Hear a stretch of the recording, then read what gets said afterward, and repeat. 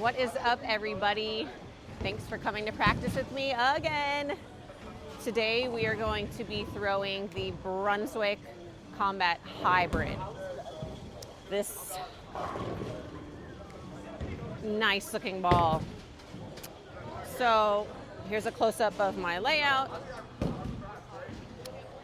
I did not have the original Combat, which honestly I'm okay with. I don't have any preconceived ideas of maybe what this ball is supposed to do or where it's going to fit. So I'm literally just going to bowl with it for a whole game.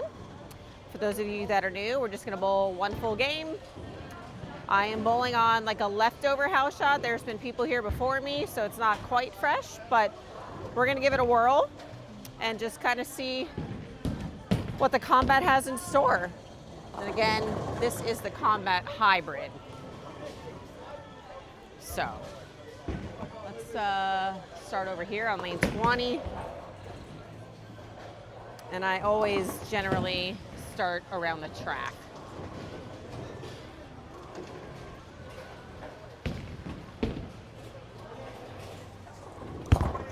Oh, dropped that one a little bit. All right, dropped it in the right spot, of course. Slid about 18 on the inside of my left foot, right around the track area, which is anywhere for me between the second and the third arrow, 12, let's say, to about 7, 8 down lane. Had a nice shape to it. Certainly was predictable. You might see it better on this left lane. So we're gonna roughly stand in the same spot. See what we got.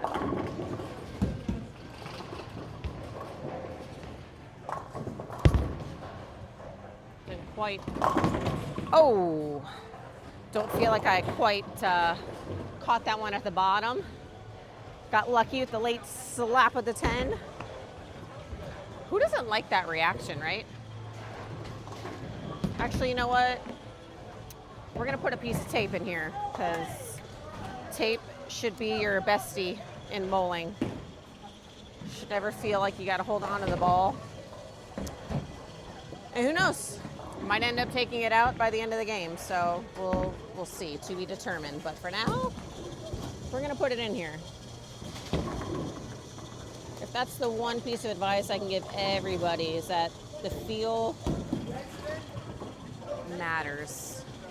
And it's different for everybody because you're the only one that has your hand in the ball. But it should never really feel like you're trying to hold the ball and then let it go. So tape is helpful in that regard. All right, so slid around 18 the last shot. Let's do that one more time. See what we got, if I can execute a little better.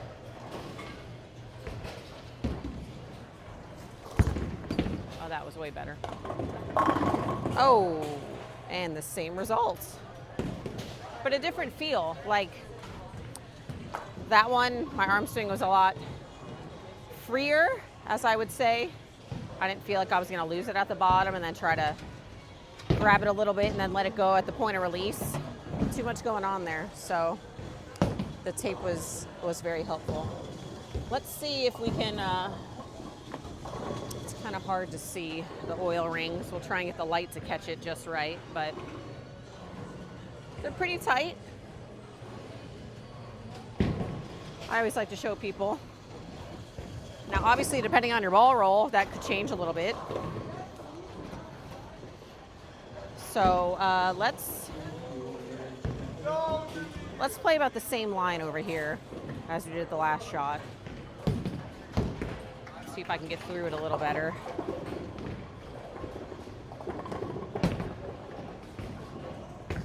Ooh, got that one right. Oh!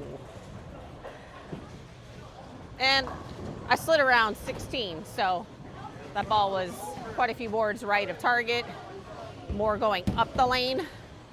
You saw, caught that friction a lot earlier. Got lucky with the trip 4. We'll take it.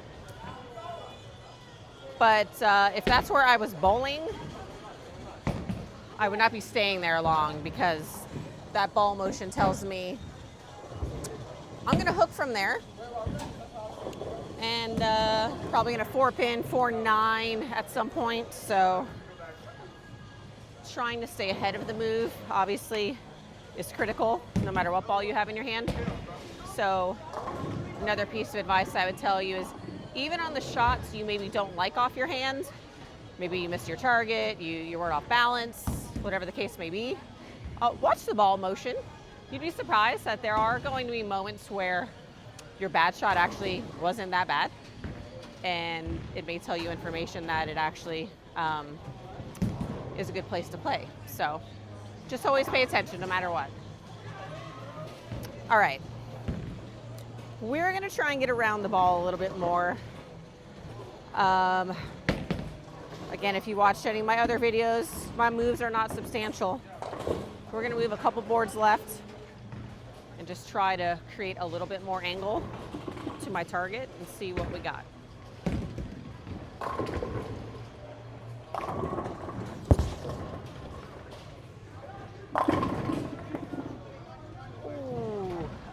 Okay. Again, a little weaker of a hit, trying to create a little more shape. I would say for me, when I do try to create more shape, I have to slow my ball speed down to give my ball time to do what I'm actually wanting my eyes to see. So off of that shot over there, we'll throw another one, but I'll definitely try and soften my speed a little bit. See if I can get my ball into a roll in a different phase a little closer to me. So we'll move a couple boards over here as well, same kind of thing. And I will make a fair attempt to throw it a smidge slower.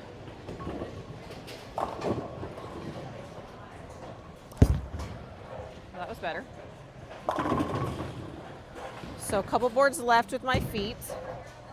Another late trip 4, which honestly tells me I could probably move a couple more, and I'm going to. But for now, I'm liking what I'm seeing. So over here, we're going to throw another shot, slower ball speed, because I had the late slap of the 10. So again, just a little bit of a weaker hit. Ball got down the lane a little further. So we're going to try and move that phase a little closer to me. All right. Same kind of spot. Again, just trying to create a little shape, not much. Try and do it with some slower ball speed. That was slower. Okay. Okay, so somewhere in between those two, honestly. What did it clock my speed at that one? 13.9, which, I mean, as far as I can tell, it's accurate. It's technology, who knows? But generally my ball speed, just on a regular day, off my hand, that is around 16.5. The speed up here is going to be down the lane at the pin, so that's why it's substantially different. All right, let's go a couple more boards left with our feet from the last shot over here. Still trying to throw a little slower ball speed, give the ball some time.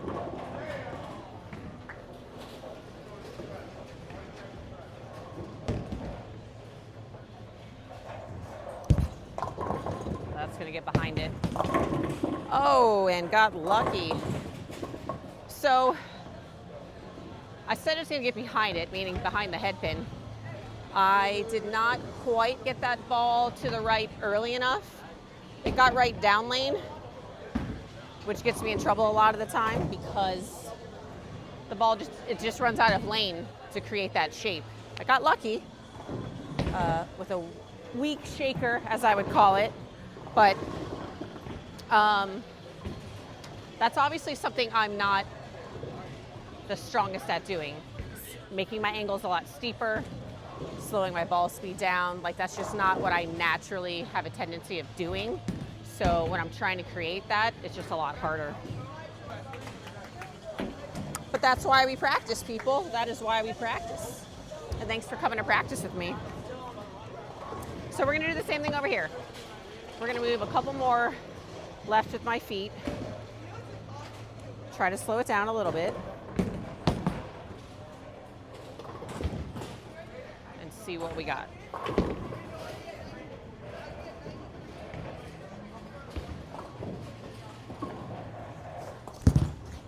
That was slower. And barf. I'm laughing because to me, that's like the extreme of where I can go with that ball, right? Like, it just had nothing left. For someone like myself, that's not to say someone with a higher rev rate could not play in that zone. You know, there's a point where all of us, I don't care if you're averaging 120, 220, where your ball just, there's a point where it just maxes out the potential of the ball. Like, the capabilities of any ball you drill, that's how I would honestly tell you to practice. Like, start in a zone, keep moving around, and seeing at what point your ball does something like this. So obviously, this is not where I would play, but it's good to know.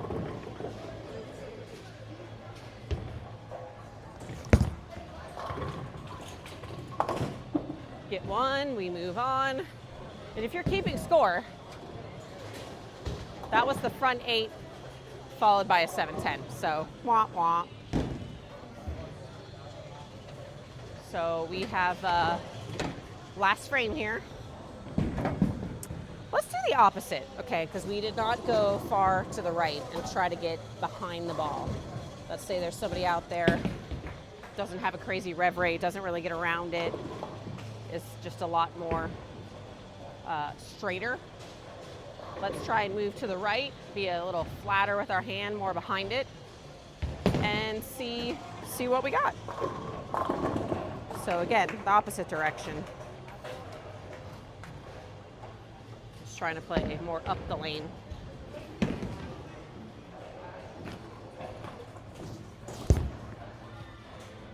Uh-oh. Uh-oh. Well, that's honestly exactly what I thought was going to happen. I don't think that ball, for me, and again, this is just speaking for me, that's where I would play. I would be trying really hard to manipulate that motion and make it work when honestly the ball motion tells me otherwise. What I mean by that is, even though I'm trying to be straighter, more up the back of it, the ball still wants to take off down lane. So I would be fighting the ball motion when I would never recommend that. Listen to what the ball is telling you to do.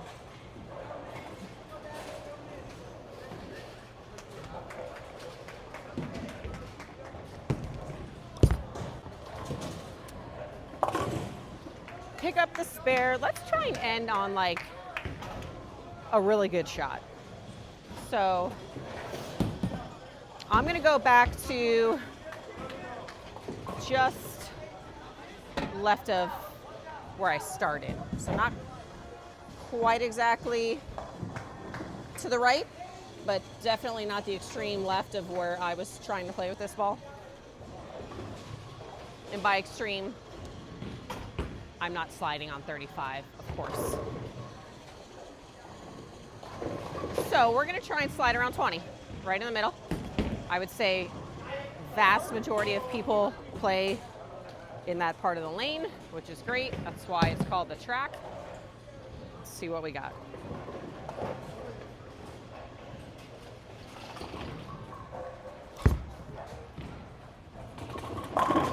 And that's what we're working with here. So, okay. Officially available February 19th. I'm gonna say this ball is going to complement like my Crown victories in the sense that it's not quite as lengthy, I would say, as my Crown Victory Pearl. It would probably fall in that zone where if that one got too far down the lane, I wanted something just a smidge closer to me, I would go to this type of ball.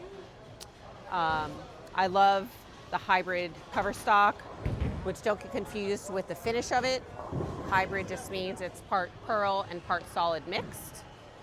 And I don't know, I'm liking what I'm seeing. Score's the bonus, but I like to pay attention to the ball motion, of course. Again, I would not personally be trying to hook the lane with this type of ball. The numbers, I throw 15, RG's around 250, the differential's 051, and the mass bias is 019. So it does have hook potential with those numbers, but it also has length. So if you're liking what you're seeing from my video, it's definitely a great piece.